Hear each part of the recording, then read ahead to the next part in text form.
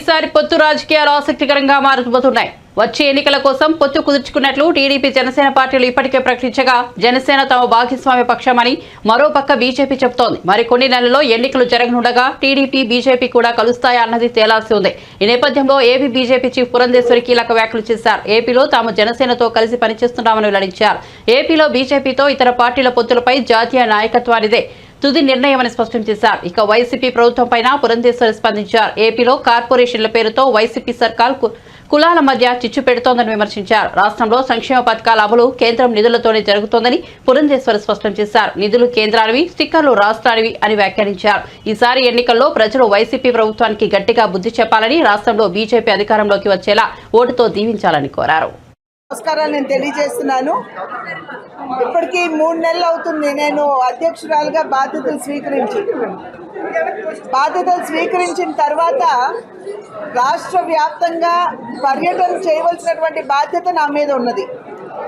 పర్యటన అంటే కేవలం ఊరికినే వెళ్ళి రావడం కాదు, కానీ అక్కడ ఉన్నటువంటి కార్యకర్తల్ని కలవాలి, వారితో అనుబంధం బలోపేతం చేసుకోవాలి, వారి మనోభావాలు అర్థం చేసుకోవాలి అనేటువంటి సంకల్పం ఒక పక్కన అయితే, రెండవ పక్కన పార్టీ సంస్థాగతంగా ఏ మేరకు బలంగా ఉన్నది, ఇంకా ఏ పని చేసుకుని పార్టీని సంస్థాగతంగా బలోపేతం చేసుకోవాలి అనేటువంటి విషయం ఇంకొకటి అయితే, రాజకీయ పరంగా ఆ జిల్లాలో పరిస్థితులు ఏమిటి, మేము ఏ రకమైనటువంటి రాజకీయ కార్యాచరణతోటి ముందుకు వెళ్ళాలి, ఈ విషయాల మీద దృష్టి కేంద్రీకరిస్తూ నా పర్యటన నేను ప్రారంభించడం జరిగింది.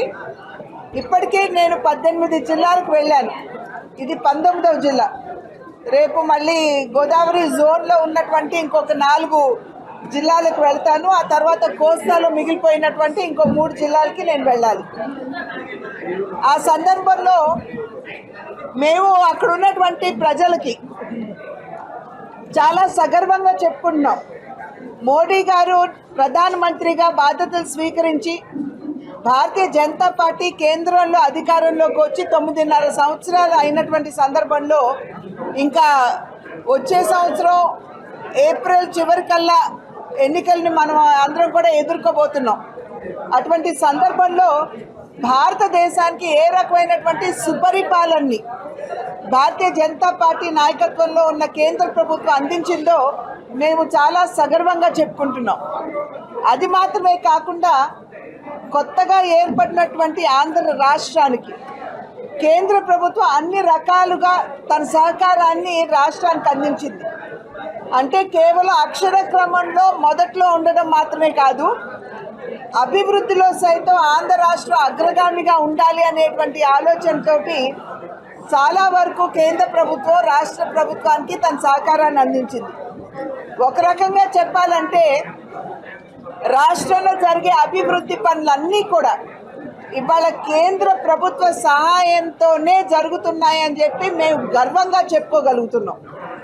ఎందుకంటే నేను పర్యటించాను. ఇప్పటికే నేను 19 జిల్లాల పర్యటనకు వెళ్ళినటువంటి సందర్భంలో ఆ జిల్లాలో కేంద్ర ప్రభుత్వ సహకారంతో జరిగేటువంటి అభివృద్ధి పనులు వాటిని మీడియాతో సహా వెళ్ళి మేము చూడటం జరిగింది.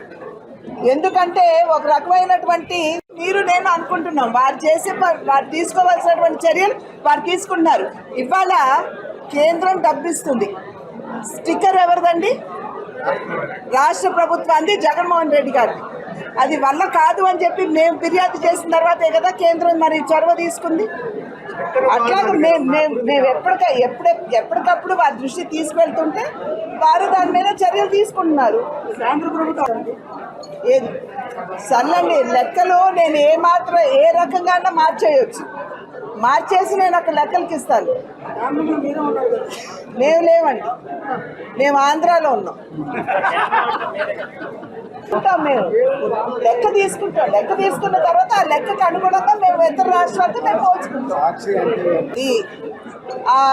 దాన్ని అధిగమించి తీసుకోవాల్సినటువంటి నిర్ణయం మా కేంద్ర నాయకత్వం తీసుకుంటుంది. ఇప్పుడు ప్రస్తుతం మా దృష్టి అంతా కూడా మా పార్టీని బలోపేతం చేసుకోవడం లేదు కనుక పొత్తులు వారు చెప్పినప్పుడు మీకు చెప్తాను. తెలంగాణలోనే అసలు